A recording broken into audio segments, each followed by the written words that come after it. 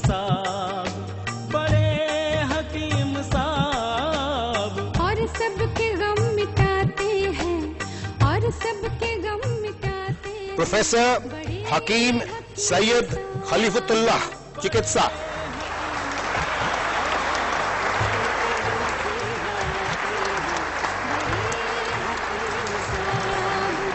खिदमत से आज आपने पाया है वो मकाम, करती है कद्र दुनिया इन्हें देके सौ इनाम, करती है कद्र दुनिया इन्हें देके सौ इनाम। हाँ ऐसे गुल खिलाते हैं, हाँ ऐसे गुल। बड़े हकीम साहब अकबर कौसर साहब, बड़े हकीम साहब, बड़े हकीम साहब, बनकर मसीहा आते हैं, बड़े हकीम साहब, बड़े हकीम साहब, बड़े हकीम साहब, बड़े हकीम साहब, बड़े हकीम साहब।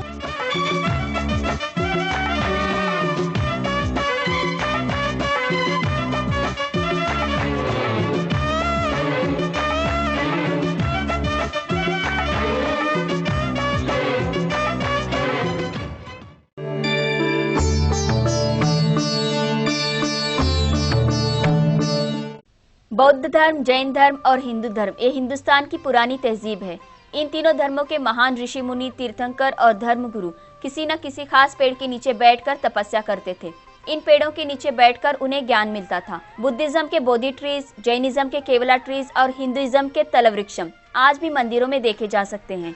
इन मंदिरों में भगवान की मूर्ति के साथ साथ इन पवित्र पेड़ों की भी पूजा करते हैं। बड़े हकीम साहब डॉक्टर अकबर कौसर साहब ने अपनी 35 साल मेहनत से उन मंदिरों के पेड़ों पर रिसर्च की है। अपने 100 एकड़ जमीन वाले मुगल गार्डन में इन मंदिरों के पेड़ों को लगाया है और उनसे दवा भी बनाते हैं।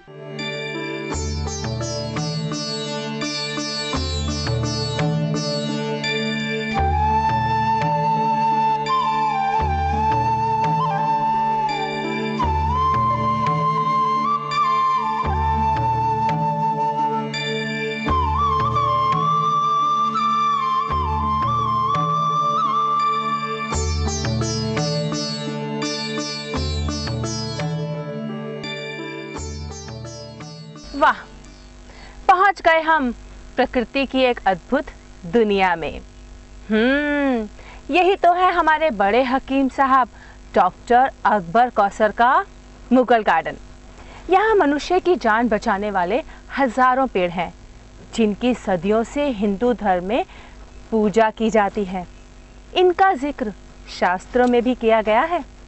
ऐसे ही एक पवित्र पेड़ के पास मैं खड़ी हूँ। इस पेड़ का नाम है बरगद का पेड़। हिंदू, बुद्ध, जैन धर्म के पूजा स्थलों में इस पेड़ को लगाए जाते हैं। जानते हैं क्यों? क्योंकि इस पेड़ को अति पवित्र और पूज्य माना जाता है। ऐसा विश्वास किया जाता है कि इस पेड़ की छांव में कुछ देर विश्राम करने से शरीर को शीतलता मिलती है। कैसे होता होगा ना ये सब? चलिए जानते हैं हमारे बड़े हकीम साहब से। आदाब बड़े हकीम साहब। आदाब। बड़े हकीम साहब, आज हम आपसे एक और जानलेवा बीमारी के बारे में डिटेल्स में जानना चाहेंगे। वो है क्रॉनिक रेनल फेलियर। जी हाँ, आज बड़े बड़े अस्पतालों में हम देखते हैं कि मरीज़ों की फाइल पर लिख दिया जाता है CRF या ESRD। तो इस बीमारी की पहचान यूनानी सिस्टम में किस तरह से की जाती है? CRF chronic renal failure, ESRD and stage renal disease, यानी इनके दोनों किडनी फेल हो चुके हैं। पुराने ज़माने में यूनानी में मरीज़ की हालत देखते थे, सांस की तकलीफ़, उल्टी होना, हाथ पैर का फूल जाना, ये शिकायतें पैदा होती हैं। पेशाब देखते हैं तो अगर उसमें कचरा आता है, गंदगी मालूम होती है, तो जो है इसमें ये हम समझते कि इनके जो है ये गुर्दे कमज़ोर हैं। तो उसके हिसाब से मरीज़ को परहेज़ और मेडिसिन देके इमीडिएट उस बीमारी को कंट्रोल कर लिया जाता था। मगर आजकल जब मरीज़ ये बेहोशी की हालत में हो, उल्टियाँ होती हैं, सांस फूलता है, हाथ पैर फूल जाते हैं, पेशाब ये बंद हो जाता है, तो हॉस्पिटल में एडमिट करने के बाद स्कैन लेते हैं, ब्लड टेस्ट करते हैं। ये पूरे रिपोर्ट्स रेनोग्राम, यूरोग्राम सब लेने के बाद में बताते हैं कि भाई आपके दोनों किडनी अब फेल हो गए हैं, यूरिया आपका बहुत ज़्यादा हो गया है, क्रिएटिनिन बहुत ज़्यादा हो गया है, पोटेशियम सोडियम बहुत ज़्यादा हो गया और हीमोग्लोबिन ये कम हो गई है। तो इसे इमीडिएट ये डायलिसिस करना है, बाद में ट्रांसप्लांटेशन करना है। पुराने ज़माने में जब डायलिसिस नहीं था, ट्रांसप्लांटेशन नहीं था, यूनानी आयुर्वेद जड़ी बूटियों में खून पाक करने की दवाइयाँ हम इस्तेमाल करते हैं। ये किडनी के नेफ्रॉन्स को ताकत देकर ब्लड ये सर्कुलेशन पैदा करके किडनी को ये फंक्शन करने की दवाएं देते थे। बड़े हकीम साहब, हमने सुना है सेक्स और किडनी का डायरेक्ट संबंध होता है, क्या ये सच है? ये 100% सही है कि किडनी का ताल्लुक़ सेक्सुअल ऑर्गन से है। अगर आप अनाटमी ये देखेंगे, दो ये किडनी होते हैं लेफ्ट और राइट में स्पाइनल कॉर्ड से कनेक्टेड, वहाँ से दो ये पाइप आती है, यूरिनरी ब्लैडर, यूरिनरी ब्लैडर से कनेक्टेड ये सेक्सुअल ऑर्गन से।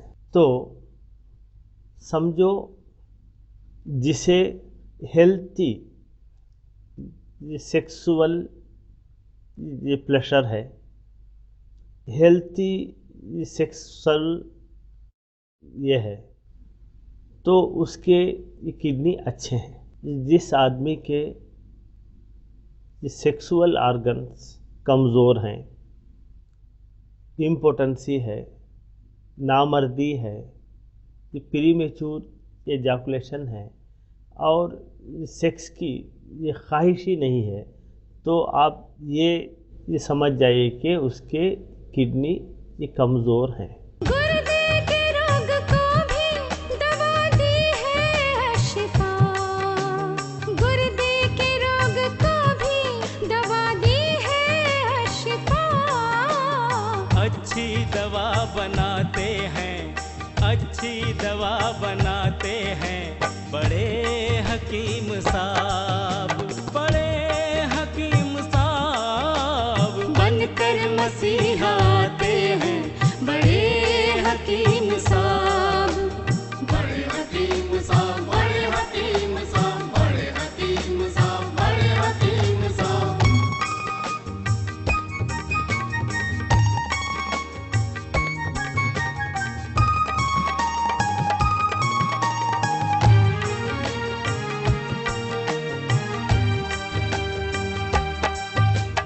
जोड़ों के दर्द का यहाँ होता है सब इलाज, दिल और जिगर के रोगी शिफा पा रहे हैं आज, दिल और जिगर के रोगी शिफा पा रहे हैं आज। ऐसी दवा दिलाते हैं, ऐसी दवा दिलाते हैं बड़े हकीम साहब, बड़े हकीम साहब बनकर मसीहा आते हैं बड़े हकीम साहब, बड़े हकीम साहब, बड़े हकीम साहब, बड़े हकीम साहब, बड़े हकीम साहब।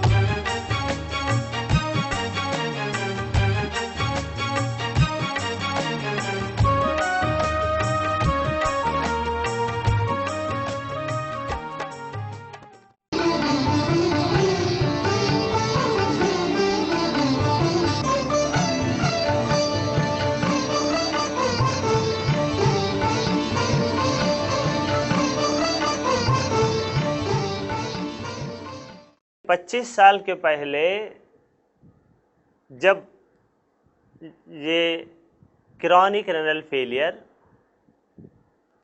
लिवर फेलियर, ये दोनों बीमारियों का इलाज ट्रांसप्लांटेशन ही ना था, डायलिसिस ना था, तो हिंदुस्तान के लोग ये किडनी फेलियर, लिवर फेलियर के इलाज में ये क्या करते थे? अगर आप लोग थोड़ा अपने वेदों, शास्त्रों को पलटा के देखें तो आपके सामने एक हकीकत आएगी। ये घास है, उसका नाम है कुसा का घास। केतु भगवान के मंदिर में ये कुसा का ये घास होता है। ये घास वायरस से पैदा होने वाले किडनी फेलियर को अच्छा करती है। आजकल एक नई किडनी फेलियर के वायरस की बीमारी का इंकिशाफ हुआ है। इसे कहते हैं SLE, सिस्टमेटिक लूपस एरिथेमेटोसिस, यानी कुत्ता, बिल्ली, चूहा, ये तीनों जानवरों के ऊपर एक वायरस बैठता है। वो कुत्ता, बिल्ली, चूहों को ये काटने के बाद इंसान को जब ये काटता है तो इंसान के दोनों किडनी डैमेज हो जाते हैं। तो इसका इलाज पूरी दुनिया में आज नहीं है। ये SLE का इलाज वेदों में ये कुसा के घास का इलाज बताया गया है। कुसा घास के टिकाशन को बराबर पिया करते थे, जिससे उनका ये जो है SLE बीमारी अच्छी हो जाती थी और पुराना इंसान किडनी ट्रांसप्लांटेशन से ये बच जाता था, लिवर ट्रांसप्लांटेशन से बच जाता था, ये डायलिसिस से बच जाता था। उनको किडनी चेंज करने की ज़रूरत नहीं पड़ती थी, ये डायलिसिस करने की ज़रूरत नहीं पड़ती थी। आज हम भी हमारी पुरानी तहज़ीब को फिर से रिसर्च करके देखें तो हमारे पास ये किडनी फेलियर का इलाज आसानी से मिल जाएगा। अपना शिफा महल है, 100 कमरों का अस्पताल। हर पल यहाँ मरीजों की होती है देखभाल।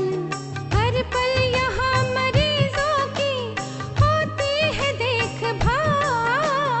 अच्छी दवा दिलाते हैं, अच्छी दवा दिलाते हैं बड़े हकीम साहब, बड़े हकीम साहब बनकर मसीहा आते हैं, बड़े हकीम साहब।